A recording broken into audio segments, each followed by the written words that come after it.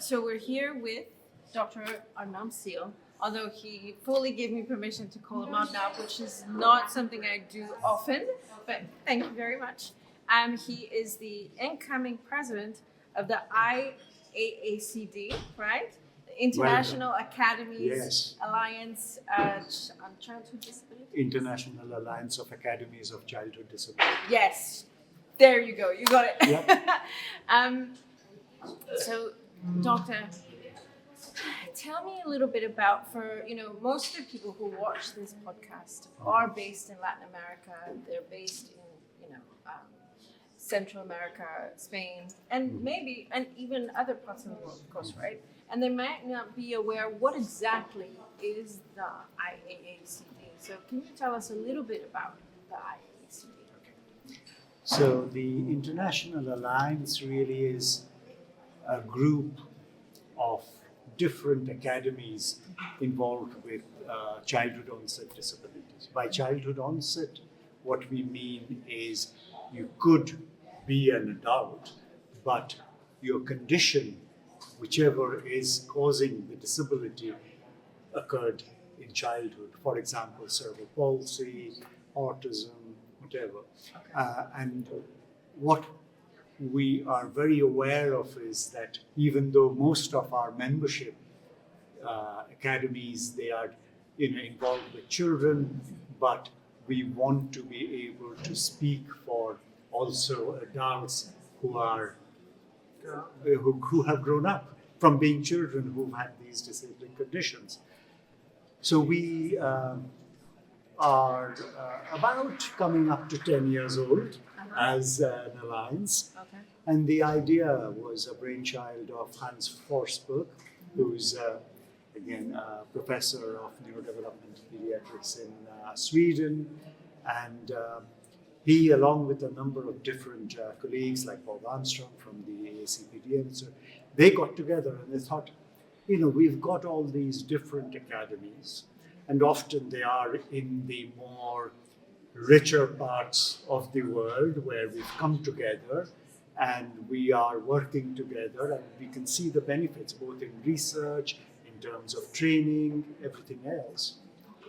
And if we all come together under one umbrella, we can then have other areas of the world where capacity isn't that great in terms of resources or in terms of manpower, and we might be able to share, learn from each other, and be in a better place and a better world. Right. So that was the start of it, and they worked together 10 years ago, and we had the first meeting in Stockholm in 2016.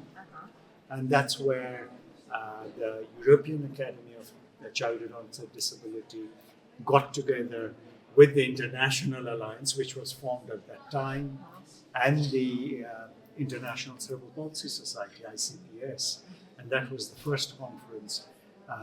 And then we've gone from there, and we've increased the number of member academies we have. And currently we have member academies from the EACDM, which is the North American. We've got the Mexican Academy, we have got the European Academy, we've got the Southern African Academy, Eastern African Academy, Indian Academy, Chinese Academy, the Australasian Academy, Pakistani Academy, Sri Lankan Academy. So it's Japanese Academy is our most recent member. So we are trying to extend across and reach across to the global population. Yes. And what it has allowed us to do is have conversations where we can share knowledge, but also form networks. Which are very important, right? So that you all know what each other is doing and continue to build networks, which is the motto of this conference. Now, you're the incoming president. What is your vision moving forward for the International Alliance? What would you like to see or achieve? What kind of path do you want the IACD to follow during your term as president? Yeah. So I guess there are certain strands to that. So the first one is collaboration. So we are about collaboration across continents, across different cultures. And within that collaboration, one of the key elements also, I mean, we, right from the start, to be a member, you have to be multidisciplinary. But currently, we also are aiming for having people with lived experience as partners within all our organizations and in everything that we do. So I would hope that within the 3 years as president that I have, that we will make great progress in this area and be able to collaborate across not just global geographical regions, but also reach out to people with lived experience across all these global regions, in addition to all the professional people who are there. I think we'll be much stronger for it. Absolutely, and I think,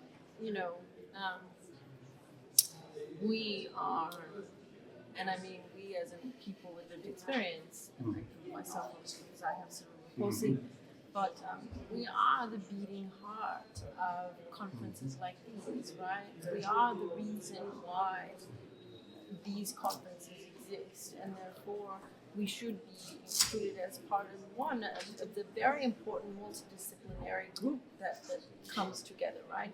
Not only researchers and doctors, but also even maybe policymakers, and then people with lived experience, so that there's a full-on set of perspectives. You said it.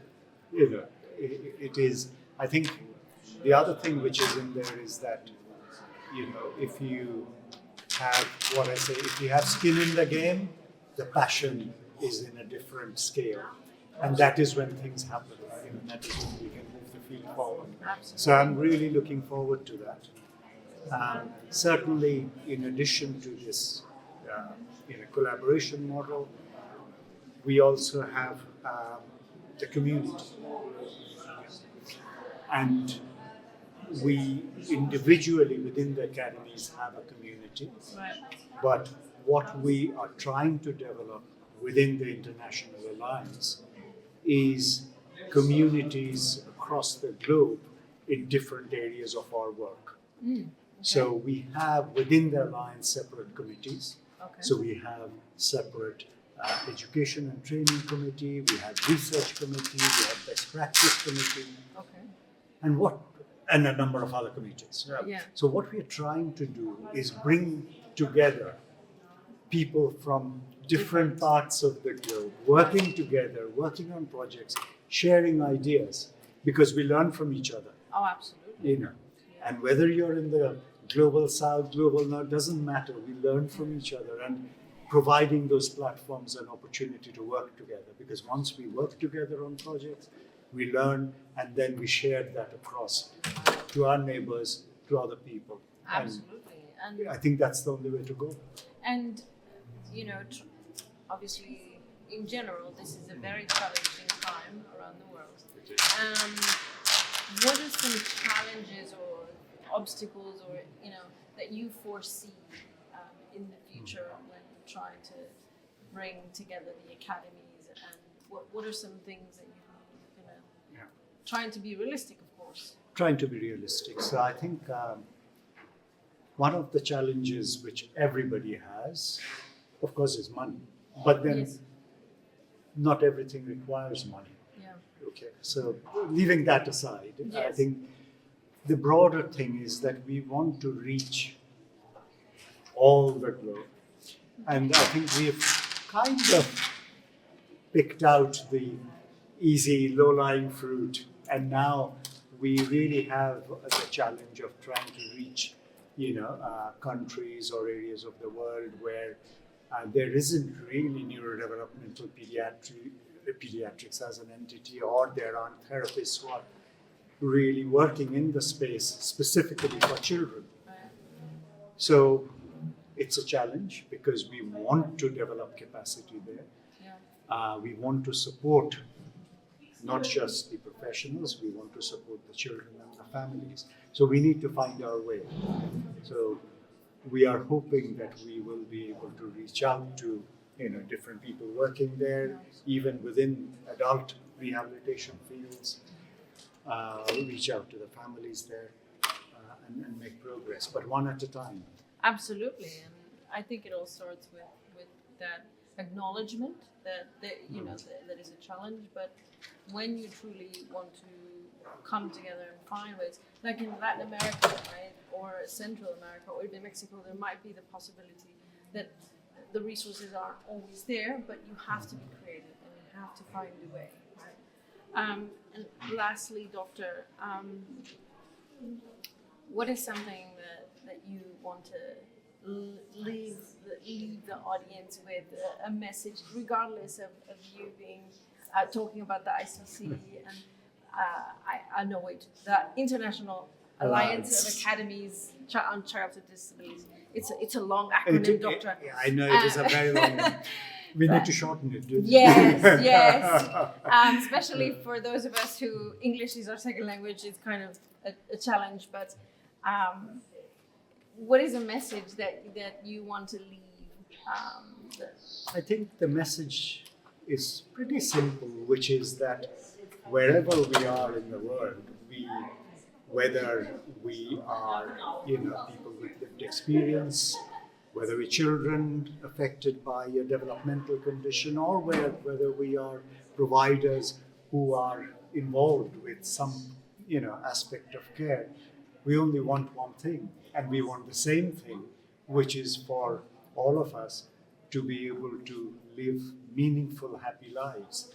So everything that we are trying to do, if we do it together and if we have a shared understanding, I think we'll be able to do it. And I would hope that I would be able to make progress, significant progress in that journey. I'm going to give it my best shot.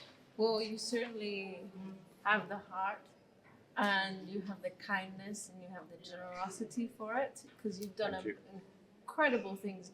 There's a lot of things, obviously, I didn't mention in the interview, but you've done incredible things in your home country, in India, for your own community, and that is to be admired and applauded. And to know that the incoming president of the International Academies is someone like you, it's to know that the academies will have a beating heart and someone who really is truly passionate and devoted to this cause and to children, regardless of where they are in the world. So I as a woman with cerebral palsy, I thank you for everything that you've done and continue to do. Yeah. And I'm very proud that you're the incoming president, and I can only be grateful to you.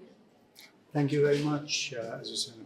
I'm a very informal person, so the other message to anybody watching this is, if you are interested, if you want to get involved, get in touch.